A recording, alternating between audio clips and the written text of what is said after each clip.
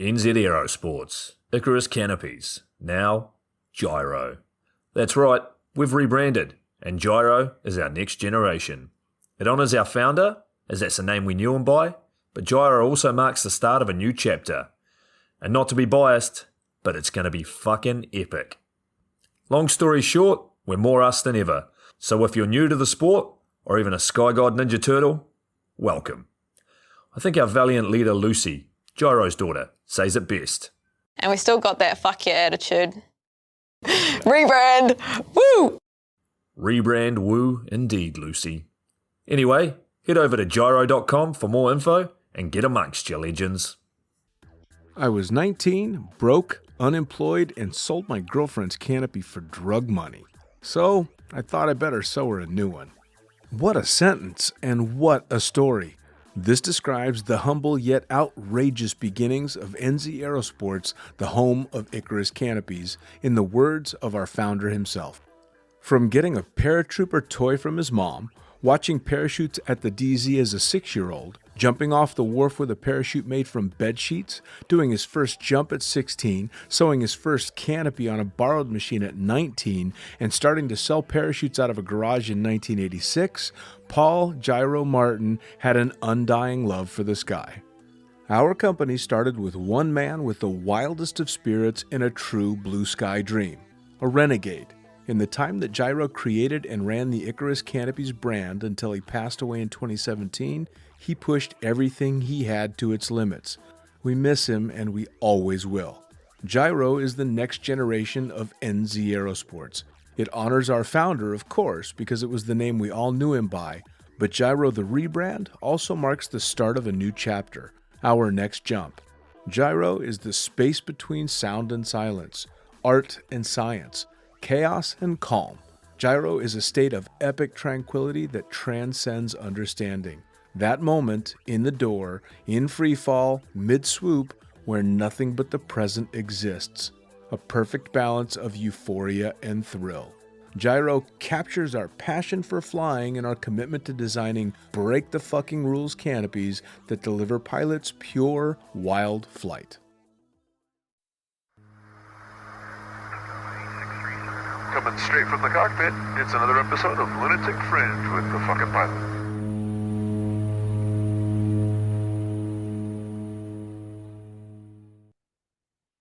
Ready, set, go! Back in the can for another edition of the Lunatic Fringe podcast, and a familiar smiling face on the other side of the screen.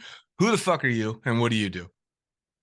Hi, I'm Zack. I'm from Australia, and I am now a full-time skydiver, which is pretty awesome compared to the last time when we were talking. So full-time means a whole lot of changes have happened. By the way, didn't I see you got married or something? Engaged, not married. So yeah, there's all kinds of shit going on for you. Yeah, since we last talked, lots has happened, lots of life-changing events, and yeah, it's been pretty full on, but it's all starting to take shape, which is cool. That's a big kind of a scary transition, isn't it? To go from a part-time skydiver / coach to this is fucking what I do. That's scary, right? Yeah, definitely. Yeah, it was like pretty scary, like quitting like the hospitality like sort of industry and like, you know, the comfort of an usual income, and then just going all in and, you know, like doing tandems and then doing like the social media and marketing for the drop zone that I work at, and with the coaching stuff as well. But yeah, I was just lucky that my partner Emily just gave me all the support that I needed to make that jump, because, you know, most partners probably wouldn't let you quit a normal career to then just pursue skydiving as like a full-time gig. Sure. So yeah, now, it's been a bit of an adjustment, but it's been pretty cool. Did you get engaged before or after you dropped that bomb on her? Oh, no, it was we got engaged April last year, and I went full time January this year. All right. So we were in first. So I did it right. I was like, locked her in, got her locked in, and then dropped the bombshell. I was gonna say that's a good way to do it. All right, fair enough, fair enough. So, for anybody that didn't have the opportunity to listen to our first talk, everybody that listens to the show knows I always jump my guests back to how they got started in the sport. So, give me a recap: how you got started in skydiving, what was the initial spark, how your training and initial beginnings went, and how you ended up working as a professional skydiver. Yeah. So was kind of, I don't know, not in my blood, but kind of instilled into me as a child. Just watching dad paraglide. We used to go to Turkey and Alderney's and just like for a month or 6 weeks, and he'd paraglide like nearly every day. So I just watch him paraglide and pack his paraglider as well, and just like sort of learn that love for flight, and was just kind of always around it, and just you know. So I knew that when I was older, I would want to get into paragliding. But when I moved to Australia in SA in Adelaide, the paragliding scene is quite small. There's no schools or anything. So Dad, I said, well, let's just go do a tandem skydive instead. So I did that, loved it, booked in my AF course, did my AF like the following month. And then it just, well, like most people, it just absorbed my life, got addicted, and just absolutely ran with it. And now it's a passion. It's an addiction. It's and it's now a career. Yeah, I mean it's strange in that I mean the jumping itself is addictive and the sport is so much fun and skydiving itself is so much fun. For me, the long-term hook, and I've said it a billion times on the podcast, is the community in skydiving. It really, it's where you go to get your ego checked. It's where you go to get reaffirmation that you're, on the right path. If you're doing stuff the wrong way, somebody's going to let you know. If you're being a prick, somebody's going to let you know. It's just kind of a distilled version of the real world that kind of puts it all in perspective, at least for me. And then, of course, it's just filled with ridiculously cool people. 100%. It's more or less like therapy or counseling to some people.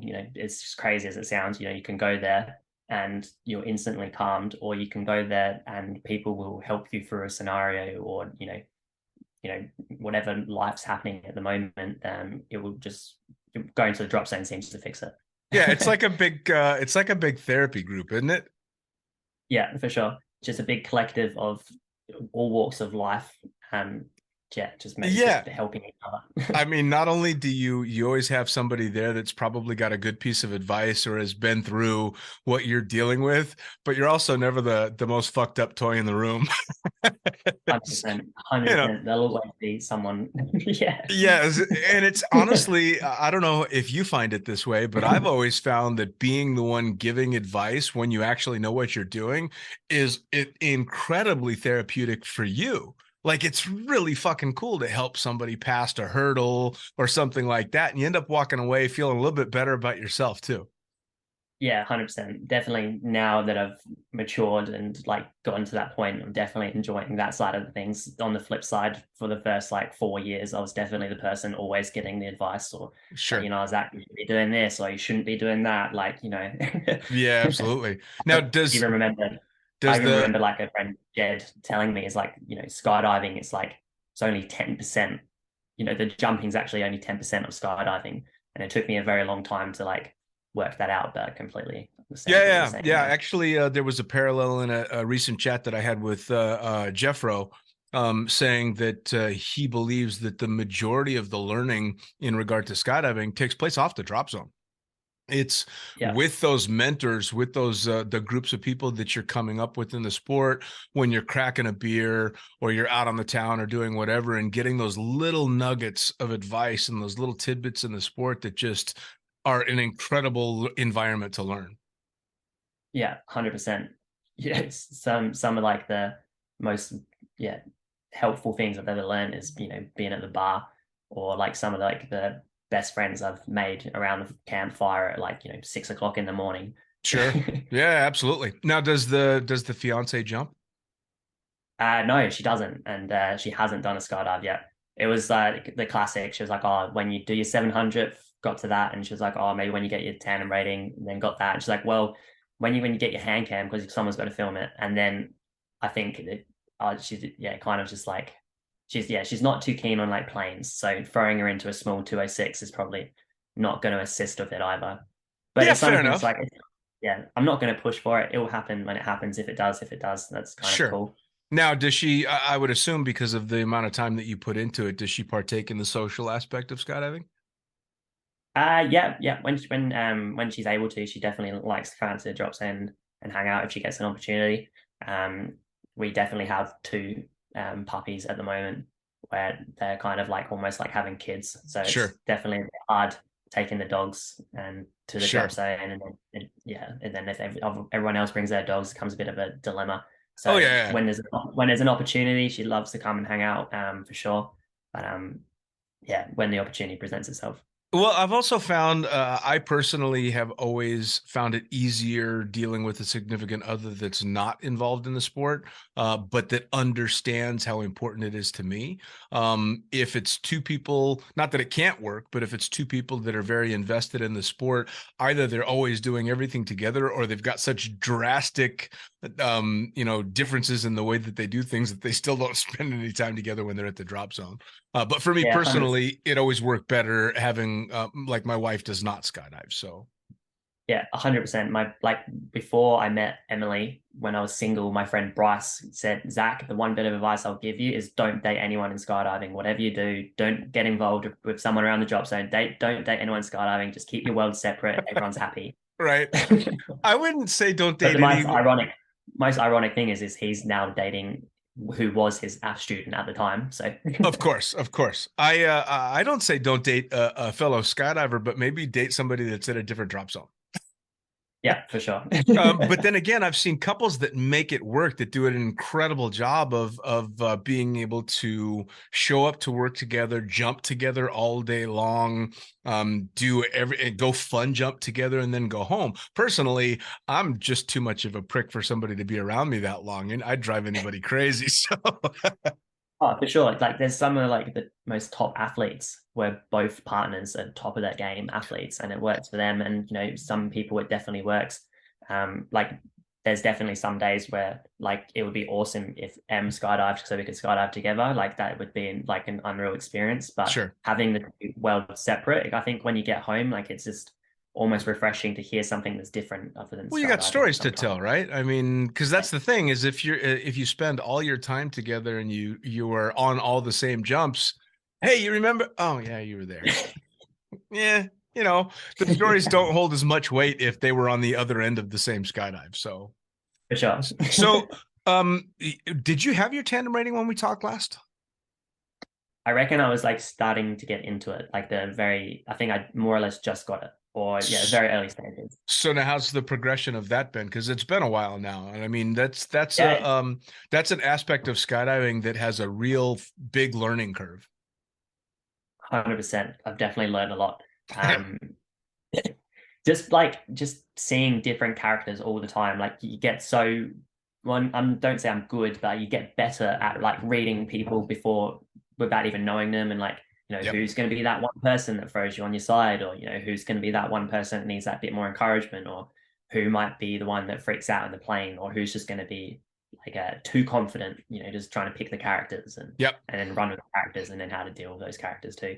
You So know, it's definitely fun, and I'm still in that stage where I'm not burnt out from it. Like I'm still enjoying Hammond, and giving people that experience. I really froth on that. Like when people are like, "Oh, that was an amazing experience. Like I loved it," and I'm like, "Yeah, cool. That was sick." yeah, absolutely. I'm still definitely in that kind of area. Well, I mean, if it makes you feel better, I was in that the entire time I was a tandem instructor. I never got burned out on it because it's so interesting to try and figure somebody out. And you end up you have to become what I like to call a 20-minute psychologist, because you have roughly 20 minutes from the time that you shake their hand in introduction to the time that you've got them at the edge of a door 4,000 meters above the ground. And you had to have instilled in them enough trust in you and the gear and the process to huck themselves out of the fucking plane. So it's really cool what you have to do to get there, right? Yeah, definitely. Like I think it definitely helps you with just everyday just socialization and just everyday just skills. Like you're able just to I don't know, I feel like it just gives you more confidence to be able to just talk to random people, or just, just to deal with different scenarios as well. Sure.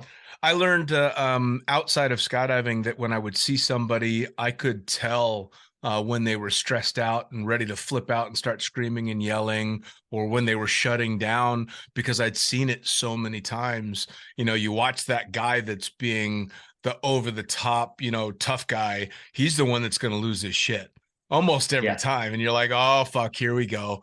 And from the outside, you would never expect that tough guy is the one that you're going to have to just kind of baby into the plane. It's going to be okay. But those are the ones that it takes, right? And it's so fun to see that.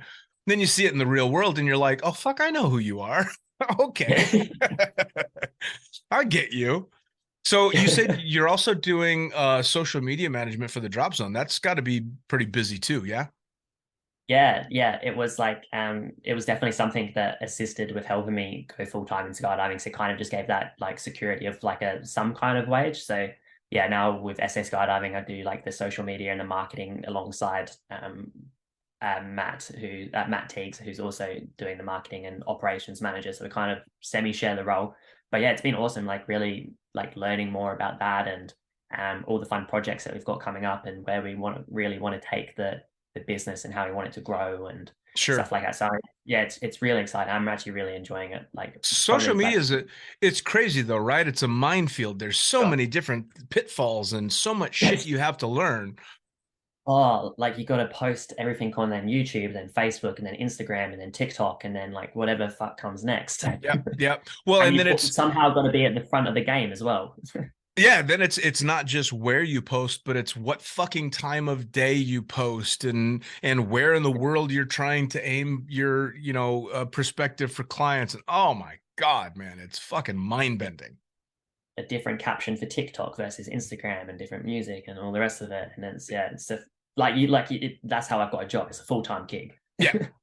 Well, that's the one thing, especially with the podcast, has been a hell of a learning curve, just trying to know how to get things out there over the last few years. And the only one that I haven't done and I'm stubbornly staying away from is TikTok. I wouldn't be on TikTok if I wasn't working for SA Skydiving, and it was a forced role. Sure. Well, and I know it's supposed to be like the most popular platform to reach people, but it drives me nuts. Yeah. Oh, yeah. I'm exactly the same. But it's one of those things. It's kind of like you either adapt or you get left behind. Yeah, no doubt, and it has to be done. Now, speaking of moving forward, when we last talked, you were really starting to get into the flocking stuff and really putting together a lot of events. So tell me about that, because I know that's been quite a big progression too. Yeah, for sure. Like when I first started, I think last time we talked, I already ran maybe 2, which were quite small events. They were like 6 waves or something like that at our drop zone. So it's 206. And looking to progress into like an interstate, I was like, if I want these events to grow, then I can't run them in my local drop zones. I need to go interstate. I need to go to the caravan run drop zones, and that's when I was heading up to Final Freefall in Cairns, and then I had another event up in Skydive Ramblers, which is in Brisbane. And I've literally got the wallpaper behind me on my other computer here, looking at it. And yeah, they ran really good. Like we got a lot of weather in Final Freefall. As you would expect, if you've jumped there before, you'd know you're always going to get weather there. But it's a beautiful drop zone when it's on, and then Ramblers was good. We got some really good content. Like Cam, you would have seen Cam's photos, like Cameron Putty. His photos are just phenomenal. Like, and it's why he does the camera for all of my events. And then from there, it kind of just not blew up, but it got more and more popular. It's still a very new discipline that is growing, and I've definitely noticed that it's now becoming into boogies as like an option for coaches to now jump and load organize at as well. But yeah, the events are slowly building, and it's starting to pick up like it's starting to get more reach, and it's starting to progress. And it gave me an opportunity to go to New Zealand this year, which was awesome too. So yeah, I'm loving it. And now that I'm starting to get onto like more high performance wings and more advanced wings, like the options are just endless. Just when you think you've gotten to the not to the end, but just when you started thinking about like, okay, this is flocking, like we can only do this, this, and this, then someone else invents something. You're like, whoa, I didn't know that was possible. Or you try something, like, wow, like that was awesome. That's a new like flocking jump idea. Sure. Just there. And but yeah, loving it, loving flocking. So Loving where for it's the going. people that are coming up, especially the newer jumpers and people that are starting to learn to fly their wing for more than just a safe way to get to the ground, but are enjoying that aspect of the sport, talk us through what flocking is. Talk us through the different aspects of flocking, and what kind of things you guys have been doing from the beginnings of it until what you're able to do now. For sure. So for the beginners, like flocking, or just for anyone really, like flocking is essentially like the canopy piling equivalent for the tunnel. Like we get on the bigger wings, like from about 15 minutes of airtime, on the smaller wings, like 8 or so minutes. So much more airtime than what we'd usually get after a free fall jump. So the learning curve is quite a lot more than your usual just one jump. Like you can make a lot more mistakes in one jump than what you would usually do. Free fall jump, and then learn from it as well. Like you can make a mistake, you can learn from it, readapt and like implement that into like figuring out what you can do better on the next one. Sure.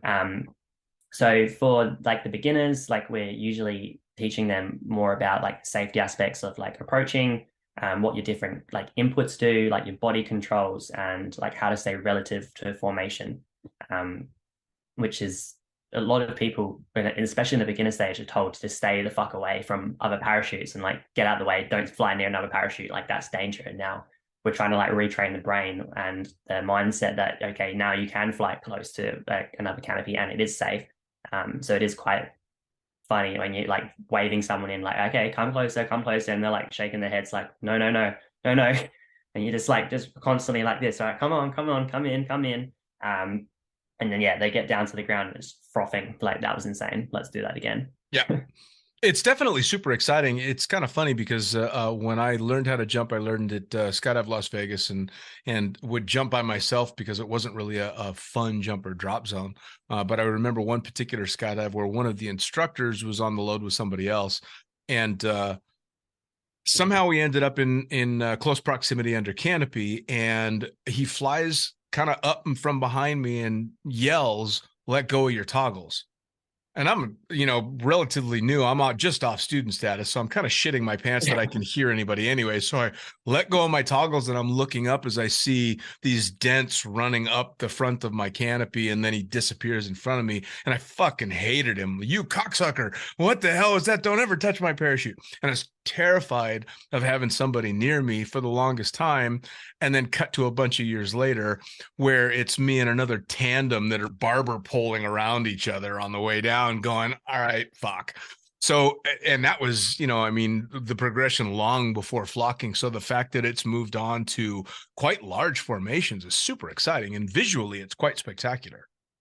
Yeah, 100%. Like even in the short time that I've been doing it, like it's progressed in my own like progression. It's progressed from getting out super far, like past the drop zone and turning around and then flying back downwind at the drop zone, trying to go for more distance. To me, that was what flocking was when, I was first getting into it. And now it's developed into, well, one, its own discipline, but into building formations, dynamical flows, and just so, like I said, the possibilities are now just endless. Like it's literally like creating art in the sky. Like it's awesome. And everyone that's on the ground that's watching is like, wow, that was awesome. Like, wow, can you see it? And it's like, yeah, you can literally see it, your jump the whole time. Sure. So it's not only pleasing for people in the jump, but people on the ground as well. It's super spectator friendly. Well, now some of the stuff that I've seen done too, there's a lot of stuff coming out that's got quite a lot of aerobatics in it. With a number of different canopies, and it's obviously very well choreographed. One that I just saw had a bunch of canopies simultaneously barrel rolling out in opposite directions at the same time and stuff like that. Is it physical cues? Are you guys on headsets? Because that's very, very choreographed to be able to do that. Because if one guy's off on their turn, it's going to get messy. Yeah, for sure. Like, we definitely have headsets. Like me and the other leader would usually have headsets. But if we're usually in like a bit of a trail before we do like a barrel roll, not many people usually have headsets, or more or less no one has a headset. It's usually like a lot of the briefing down the ground and a lot of the timing, like, a lot of like leg claps, like if you do like clap your legs like once and second, then we're going like on the third one. And like especially for the barrel rolls, like was usually brief. Like if you don't commit, like you're gonna be worse off if you don't commit. So it's like full commitment. And with the flocking, it's like the progression from the first jumps through. It's all about building trust and like being able to trust the people that you're flying with and that you're the team that you're kind of building. So once you get to those jumps or the barrel rolls, you've usually got quite a lot of trust in the people that you're jumping with, that everyone's going to stick to the plan and everyone's going to execute that plan as well. Sure. Well, and I would imagine with a lot of the ones that are like the fly pass, where you've got one group formed up heading one direction and another one either flying in between, above or below that group, I would imagine that's kind of just a case of follow the leader, is it not? Yeah, 100%. That's when you sometimes like have like a headset on the other leader to sort of communicate like when they're going to be turning in, and then but all the other people generally just follow the leader, just like mimicking the person in front's like motions and what they're going to be doing next, almost trying to predict when they're going to turn in as well, and being able to read what's about to come next before it kind of happens as well. Now, how much planning goes into matching canopy performance? Yeah, a little bit. It's just usually day one of like our camps is all about like speed checks, like making sure that everyone's compatible. Like if people need to wear more drag or less drag or a little bit of weight, or what things do we need to adapt to our flying style or to our kit to be able to make the whole group more compatible. So usually when I've got the registration list, I can kind of see where people might need some adaptations. But usually the first few jumps is where we kind of just test all that out. Nice. Well, I mean, I think you're right in that there are endless options for all the different kind of stuff that can be done with multiple canopy formations. The guys out in Bovec, my fun crew out there, Nitka and then Ernesto Gaines and the guys do follow the leader stuff down terrain, down these beautiful mountains that border Bovec and Italy, and they're carving down through these amazing canyons and incredible stuff like that. So that kind of stuff. And then you guys are kind of making your own terrain in the sky with different formations, which is super cool. Sure. Yeah, 100%. Yeah. So now, awesome. Yeah. For that kind of stuff, is it always scheduled events, or do you guys have groups of people that are just doing this on a regular basis at your drop zone, or are you putting it out there, come learn how to do this? Yeah, for sure. At the moment, like I'm creating camps and it's becoming more scheduled events. Like I said, the discipline's still quite new and still people quite learning on, not really sure what to expect when they get on camp. Or the flip side is people see the end video and just they kind of assume that it's quite advanced for them, but they don't see the progression that gets to that point. So it's there's a lot of people who are like, oh, it's too advanced for me, but it's actually open to all skill levels. We'll always adapt to the lower experience levels. But for me at the moment, like there's weekend jumping, a little bit of flocking here and there, but I'm mainly just do when I'm training. So like me and my friend Niall, the other leader and organizer, if we've gotten like an idea, we'll just kind of get a few people together and do a bit of training. But other than that, it's mainly like scheduled events. Now, is it kind of like with the lower experienced people, is it the same as with other disciplines? Is that you put the lower experienced guys just kind of hanging on for dear life in the base, and the more experienced guys are responsible for doing the fancy shit around them? No, not necessarily. Like we usually put the more it's kind of, I put the more experienced people like in the center, so you've got like a strong core like to the formation, and then that leaves the least experienced people like on the outside slots, so that if they need to float for whatever reason or go out and chill, they've got the options to breathe and they don't feel like they're restricted into some said formation. I like that because like the idea for me of big ways, free fall big ways and stuff. The scary part was never flying near all those people. It's where the fuck do I go when I want it to end? Yeah. 100%. Yeah. I don't like this anymore. I need to get the fuck out of here. I'm claustrophobic. And plus the advanced, or no, not the advanced, sorry, I shouldn't use that word. The people who are understanding it a lot more will usually build the formation a lot quicker. So it makes more sense for them to be getting out like and building that strong core and giving like the people who may be struggling a little bit a strong foundation for them to build onto. Sure. Essentially. So now say one of the people listening today is from like the Facebook group that I quote all the time, the Beginner Skydiving Forum. This Yes. person's at 50 jumps and they're watching videos that you've put out and they've seen these flocking things and they think it's super cool, but they're still flying a 190. What progression do they need to be thinking about? Where does their mindset need to be? How do I get from where I am now to leading one of these flocks? What do they need to be thinking about? Rapidly downsize. It's Oh, fuck off, man. Kids, don't listen to that shit. no, I take it back. That was a joke. No, just like with anything. It's like with anything, the people that try and again rapidly downsize and try and progress themselves too quickly are the ones that will end up paying for it in the long run. Those that take the time in working through their journey, getting coaching, getting the good feedback as well, will progress and will end up progressing quicker to some degree as well. So just find your local canopy coach, tell them the idea of what you want to and where you want to get to, and they'll usually help you with a small progression plan to get to that set point. It's usually kicking off little goals to then achieve the big goal. So what are the benchmarks? Like what are the hurdles that they need to overcome? What do they need to learn specifically, or just generally as they move through that progression? If someone comes to you as a coach and says, this is what I want to do, what are you going to tell them that progression is? I'd just start off with one-on-ones, just one-on-ones, with an instructor, just like some high pulls, just so you can get used to flying relative to another wing and seeing what your inputs do relative to that wing, like what your brakes, what your rears, like what your different body positions and everything do. And then it's just kind of just time in the sky. For our beginner camps, and for our advanced camps, we'll take people with no experience. And adapt, and that's what that whole first day is. Smaller formations, getting used to flying relative, and seeing where people need improvements. And then day 2 and day 3 is where we start taking the next steps up to the next jumps, etc., etc. So, if you're at 50 jumps, it's more of a time thing. Just understanding what your inputs do, getting the experience, just flying a parachute. If you can do a couple of one-on-ones, high pulls, even better. Gain some more experience, and then just get yourselves ready until you're on the right canopy type and size. And mainly wing loading to be able to get onto a camp. Like the minimum wing loading for our camp now is 1.4.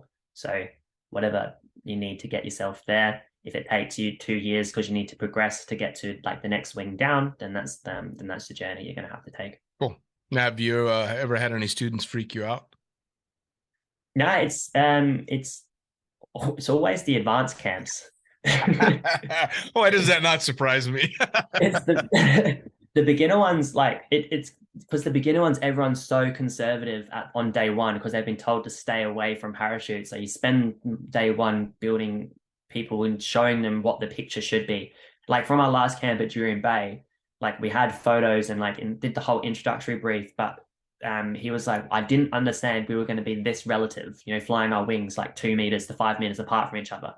Yeah, man, we're not going to be flying from one side of the freaking drop zone to the other, and that's our formation. We're here to fly relative. He's like, oh, I didn't realize we were going to be this relative. And I was like, well, this is what we're doing. Sure. This is flocking. So it's now yeah, are there canopies that are more suited? Obviously, there's some that are better suited for this, but you say as you get more advanced, that gives you different options, but is that preferable? I mean, I'm assuming you can pull off some pretty amazing stuff with a lower level canopy as well. Yeah, for sure. The top end's higher experience wings, your layers, your Valkyries, your Petras, etc. Definitely give you more options in terms of maneuverability and just the efficiency that they have to be able to do your barrel rolls and just your up and overs and all the rest of it. But you can still do some of that stuff on the beginner wings, not as necessarily barrel rolls. You won't be getting a Sapphire 3 and trying to barrel roll over someone else. It's going to be super dangerous. But in terms of the flocking camps are usually catered for that wing loading, and when it was a lower wing loading, we had people in Sapphires and Sabres. So it doesn't necessarily matter what type of wing you're on, as long as you're on. If you're trying to flock with other people, it's just trying to match up a different, the same type of wing. Sure. But you wouldn't try and flock like a Sapphire and a Petra together. It would probably could work to some degree, but it's not Sure. going to be efficient. Sure. Now, speaking of wings, Or I see practical. you're sporting the new Gyro jersey, which, I mean, no offense, but fuck you, because I haven't seen one of those damn things. Yeah. Now I know Pretty you cool, you were eh? actually at the rebrand boogie. So tell me about that because I haven't had a chance to talk to anybody about it yet. Yeah, it was awesome. We did like a little athlete flocking, pre-flocking before gyro. So we got like Lucy invited a couple of us to Byron Bay just to do some like a content creation, which was awesome. So I got to meet some of the other athletes like Cornelia, Max, and Robin for the first time, which was awesome. Finally putting like a face to a name. Obviously talking to everyone on social media. Sure. You feel like friends anyway, but when you finally get to meet people in person, it's always awesome sharing that beer. And so we did a lot of flocking in Byron just to get some new content for the website, which was pretty cool. And being able to like fly, like I don't think anyone was on a bigger canopy than a 79 square foot. I think the 79 square foot was one of the bigger wings. Right. So everyone was like sub 80 square foot, which was really cool to be a part of. And got everyone quite current for the gyro boogie as well, which was sick. Awesome. Like it was probably the biggest boogie I've ever attended personally, and ever load organized at as well. So I was load organizing the flocking, which was pretty awesome. I was pretty nervous with it being like, I can't remember how many participants, I think maybe like 150, or including staff and everyone else. I think it was a total of like 200. Wow. We had 3 planes there, 4 planes if you count the 182, and it was busy. That's It was busy. fantastic.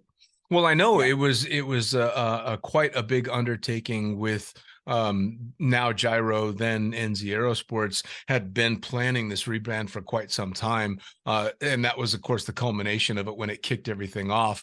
And I wish I could have been able to go because I've been told through the grapevine it was a hell of a party. Yeah, man. Like even like just like the whole gyro secrecy thing. I suck at secrets, and when I got told about the rebrand, I was like, "Fuck! I shouldn't have told me this because I suck at secrets, and now I've got to keep the secret all the way through until we get to the boogie." Yeah. And but yeah, the boogie was sick. Like they had the new jerseys, they had the new rebranding, like little subtle hints here and there throughout the boogie because they released it and dropped the bombshell on party night, like the last night of the boogie. Sure. Which was awesome. So again, not many people knew, but a couple of people were kind of picking up on a few of the hints. So it was kind of cool just watching it all kind of like build up and build up and build up. And Lucy did a fantastic job at like doing the rebrand at the boogie, like the speech and everything was, yeah, it was awesome. Yeah. Yeah. Well, Cheering, fuck yeah, like it was sick. it was a blast when they let me know that they were going to do it, and I got copies of the logo, and then I got the speech to use for the leader into the podcast, and I'm reading it, and of course the gyro business model and this podcast business model match quite well anyway. But Yeah. then I read it and say, so I sold my girlfriend's canopy for drug money. I'm like, this is fucking amazing. Oh my God. This is I'm working with the greatest company on earth. This is so fantastic. And so I read through it took me like 3 or 4 times to read through that damn that voiceover because I kept cracking up. I'm like, this is fucking great. It's gold. Yeah, yeah, 100%. And like I've always known like in aerosports, Gyro was like a big company, and being like my first sponsor, like I knew it was cool, but doing the flocking at Byron, going to the Gyro Boogie, coaching at that, and seeing it all unfold and seeing the rebrand, like man, like the sponsorship and the opportunity that I have with Gyro, like it's absolutely amazing. Like I never knew it was going to be this big. It's such a fucking cool company to be a part of. It is. It is. Well, I've honestly, I've never felt like I was working with a company. It's like it's a club. It's just a very Like family, family vibe where everybody's just kind of doing their thing collectively. And it's just, yeah, it's been a blast to work with them. And not to mention, they make a badass fucking wing. Yeah, I mean, 100%. yeah. It's I get asked all the time because obviously I have people on the podcast that fly PD, they fly gyro, they fly fluid wings, and especially with PD and gyro, they're like, well, is it an issue having? And I'm like, no, it's fucking Nike or Adidas. They're both badass. It's just which one you prefer. Which is an amazing place to be, especially considering gyro's roots and how it kind of just got started, not by accident, but certainly not, the intention was never to become this, right?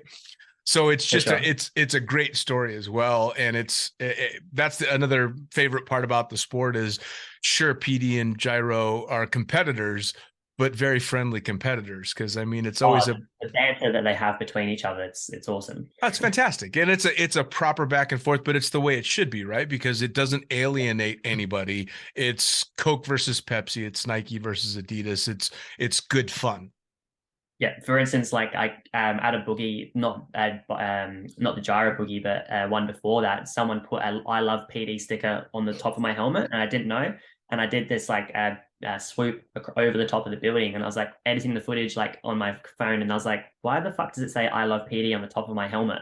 So it's just like if you watch the video, like you can see me doing the swoop, and all it says on the top is "I love PD," and I was like, oh yeah, well played. yeah, it's pretty funny, and why not? Fucking just have a good time with it. So, as we get down towards the end, I want you to tell people how they track you on social media, how they track your drop zone on social media, so we can see all the shit you're doing for them, how they find out about flocking camps and coaching. Yeah, absolutely. So I'm on Instagram. It's probably like my best way to get in contact or follow what I'm doing, which is Zack Rosser, ZACKROSSER. Had to think about that one for a second. And then, I work for SA Skydiving, which is SA Skydiving, just all one word, just at SA Skydiving. And then all my events can be found on my Facebook page, which is Zack's Canopy Course. But yeah, we're actually thinking about like myself, my friend Niall, who helps me organize, and then my two camera flyers, Cam Putty and Maddie Walker. We're trying to think of a team name essentially at the moment to try and so it's more of a collective than Zack's Canopy Course, which is very individual. So we're trying to think of a name that's a bit more as a team, so that we can do all the flocking camps and post it more under that essentially. So it's more growth in the pipeline and what we're working towards at the moment. Well, so for everybody listening, they need a team name, so it's time to if you got an idea, fucking let me know, because it's hard work thinking of a name. That's for sure. Bury Zack's Facebook page with team name ideas. I'm sure you're going to get a few interesting ones. So, as we wrap up, any events that people should know about? Anything coming up in the near future? Yep. We've got our two camps that are going to be ran at Skydive Ramblers, so our introductory and then our advanced camp in late October. And then we're, fingers crossed, just got to touch base with the manager again, but we're going to be going back to New Zealand in February, start of March, to run some more camps in there, and another project camp that we're super excited about to be running in New Zealand as well. So still a bit of work to be done with that one, but I'm pretty excited for what's to come with that one. Good to hear it, man. I can't wait to see. I know that I'm going to see a lot of really cool content coming out from you in the near future. I'm sure that the camps will go incredibly well as well. So, dude, as always, it's great talking to you. Thanks, man. Take care. Well, there you have it. Another episode of the Lunatic Fringe podcast, brought to you as always by, well, wait, not as always, actually. Brought to you now by Gyro. Formerly known as NZ Aerosports, you'll head to gyro.com for their next level line of canopies. By Pussfoot, the extreme sports collective. Head over to pussfoot.com to check it out. By Summit Parachute Systems, check out summitparachutesystems.com to talk to Jarrett Martin and the gang about kick-ass pilot rigs, rigging courses, and more. By Flyaway Indoor Skydiving, go to flyawaytn.com and check out all the cutting-edge stuff to come.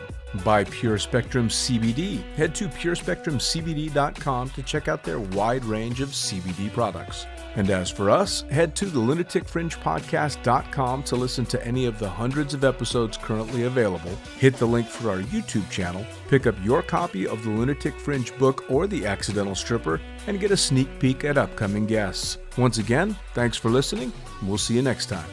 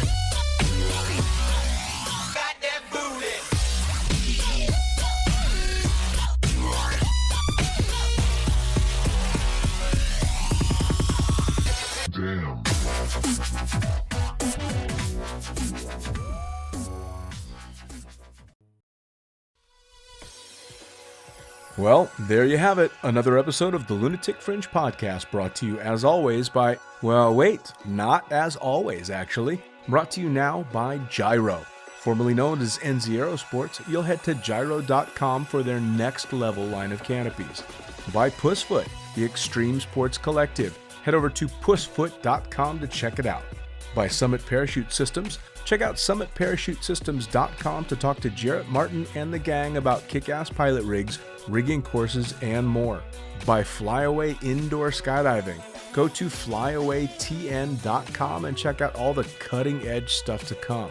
By Pure Spectrum CBD, head to purespectrumcbd.com to check out their wide range of CBD products. And as for us, head to the lunaticfringepodcast.com to listen to any of the hundreds of episodes currently available, hit the link for our YouTube channel, pick up your copy of the Lunatic Fringe book or The Accidental Stripper, and get a sneak peek at upcoming guests. Once again, thanks for listening. We'll see you next time.